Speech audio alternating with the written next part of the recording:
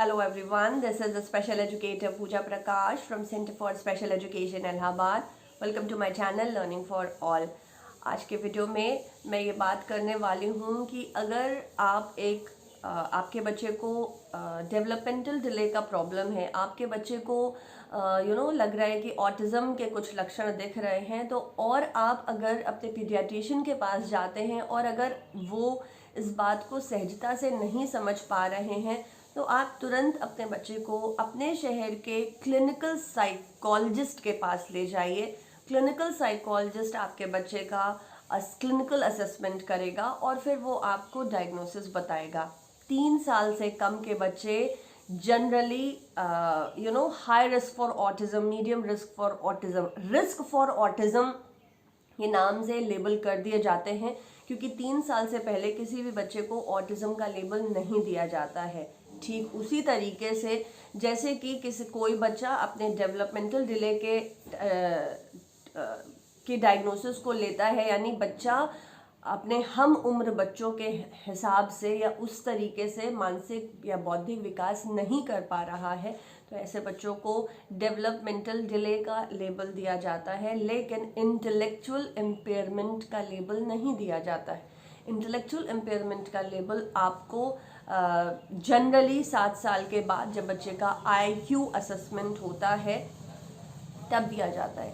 मेरा अपना अनुभव रहा है और बीते हफ्ते 10 दिन में ऑनलाइन मोड में कुछ एडमिशन्स हुए थे, और जब मैं उन पेरेंट्स से मुलाकात की मैंने, तो ये पेरेंट्स टायर 1 सिटीज़ से थे, यानी दिल्ली, मुंबई एंड बेंगलोर, और वहाँ के बच्चों का हमने जब साइकोलॉजिकल असेसमेंट रिपोर्ट मांगा तो उसमें DQ टेस्ट नहीं था, SQ टेस्ट था, यानी VSMS उन्होंने किया था, लेकिन उन्होंने DQ टेस्ट नहीं किया था। ये वीडियो मैं पेरेंट्स के लिए उनके इन्फॉर्मेशन को अपग्रेड करने के लिए बना रही हूँ कि आपको अपने बच्चे का DQ असेसमेंट कराना ही कराना है, चाहे आपका बच्चा कितने भी साल का है। 7 साल के ऊपर के बच्चे, यानी जब बच्चे बड़े हो जाते हैं तो उनका IQ टेस्ट होता है। आपको बिल्कुल हक है ये क्लिनिकल साइकोलॉजिस्ट से बात करने का, पूछने का, जानने का कि आपने बच्चे का DQ असेसमेंट क्यों नहीं किया है। एक प्रश्न आपके मन में आ रहा होगा कि DQ क्या है और ये DQ टेस्ट क्यों इम्पॉर्टेंट है।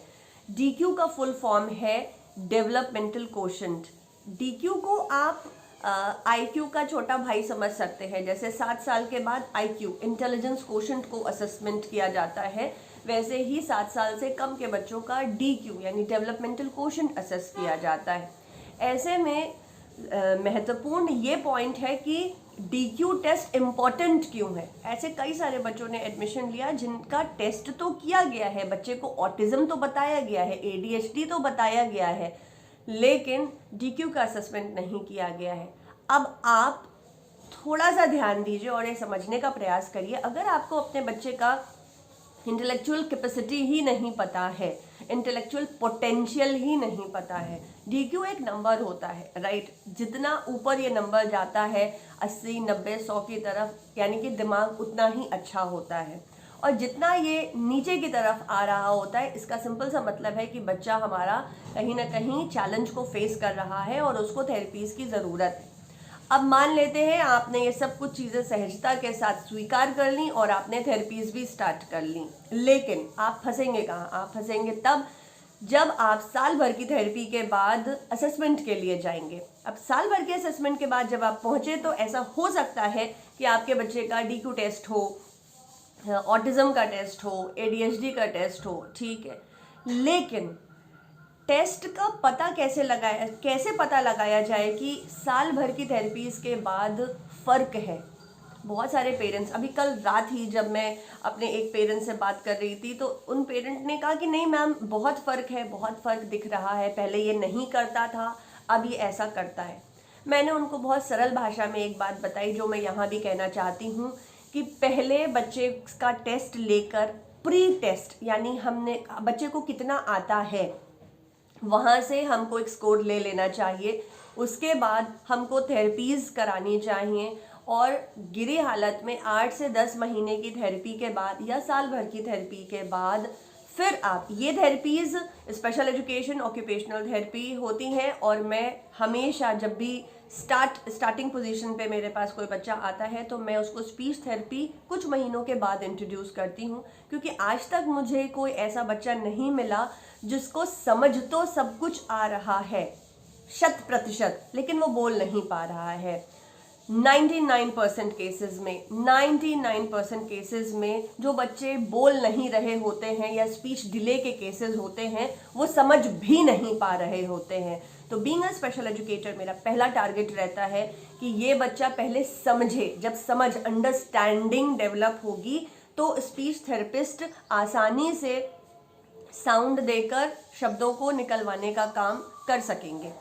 ये एक सीक्वेंस होता है। अब आप बताइए कि हमने स्पीच थेरेपी स्टार्ट की, हमने स्पेशल एजुकेशन स्टार्ट किया, हमने ऑक्यूपेशनल थेरेपी की और हमने 10, 11, 12 महीने की थेरेपी कॉन्टिन्यूसली कराई, क्योंकि हम जब स्पेशल बच्चों के साथ काम करते हैं तो इन बच्चों के साथ 2-4 महीने का थेरेपी नहीं चलता है, लॉन्गिट्यूडनल थेरेपीज चलती हैं। और इस तरीके की लंबी थेरेपीज के बाद जो आउट रिजल्ट आएगा वो 10, 11, 12 महीने की थेरेपी के बाद जब आप पोस्ट टेस्ट कराएंगे, यानी कि आपने जब बच्चे का एक प्री टेस्ट कराया, स्कोर ले लिया, अब आपने इंटरवेंशन किया, अर्ली इंटरवेंशन थेरेपीज की सारी, अब आपने फिर पोस्ट टेस्ट किया, तब तो आपके पास कंपैरेटिव स्कोर्स जनरेट होंगे और आपके पास होंगे कंपेयर करने के लिए कि पहले हमारे बच्चे का DQ मान लेते हैं 60-65 था और अब हम साल भर की थेरेपीज कराने के बाद अब वो 77 या 78 या 80 आ गया है, राइट। कई बार ऐसा भी होता है कि बच्चे काफ़ी अच्छे DQ पर आ जाते हैं। हमेशा याद रखिए DQ का नंबर जितना ऊपर होगा बच्चे की समझ उतनी अच्छी होगी। बच्चे की समझ जितनी अच्छी होगी बच्चा व्यवहारिक ज्ञान में उतना ही अच्छा होगा। जिंदगी को जीने के लिए व्यवहारिक ज्ञान बहुत ज़्यादा आवश्यक है। ये वीडियो मैंने सिर्फ इसलिए बनाने का सोचा क्योंकि मुझे ऐसा लगा कि मोस्ट ऑफ द पेरेंट को पता ही नहीं है। तो मैं आपको बताना चाह रही थी कि आप जब भी क्लिनिकल साइकोलॉजिस्ट के पास जाएं, डरिए नहीं, हर चीज़ का समाधान है। और ज़िंदगी को समस्या से नहीं देखना है, समस्या से समाधान की तरफ देखना है। क्योंकि the more you will think about समस्या, द मोर समस्या will keep on adding. The more you will think about the समाधान, you will get multiple option to get one और द अनदर वे।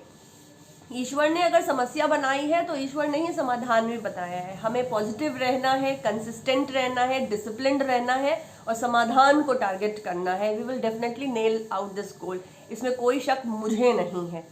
आप लोगों से बहुत विनम्र अनुरोध है कि आप जब भी बच्चे का इनरोलमेंट कहीं कराएं, बच्चे का कहीं भी थेरेपी स्टार्ट कराएं, बच्चे का DQ स्कोर ज़रूर जांचें, बच्चे को ऑटिज़म किस लेवल पे है वो ज़रूर जांचें, बच्चे का डायग्नोसिस ज़रूर कराएं और क्लिनिकल साइकोलॉजिस्ट से कराएं।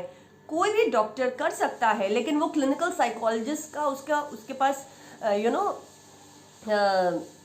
सर्टिफाइड नंबर होना चाहिए। जैसे कि मैं एक स्पेशल एजुकेटर हूँ और मेरा रिहैबिलिटेशन काउंसिल ऑफ इंडिया से मिला हुआ एक सर्टिफिकेशन नंबर है। तो अगर आपका पीडियाट्रिशियन जस्ट कहीं कॉर्नर में लिख देता है ADHD और ऑटिज़म, उससे बात नहीं बनती है। हमको प्रॉपर क्लिनिकल साइकोलॉजिस्ट के पास जाकर ही ये असेसमेंट को कराना है और सही रास्ते पर चलना है। I hope you are going to find this video informative. Do share this video with each one of the parents so that कोई भी पेरेंट से कोई भी छोटा सा भी गलती नहीं हो। Let's spread the awareness in our society and let's uplift everyone. मैं मिलती हूँ आपको दूसरे वीडियो में एक नए प्रश्न को डिस्कस करते हुए। Till then, happy parenting.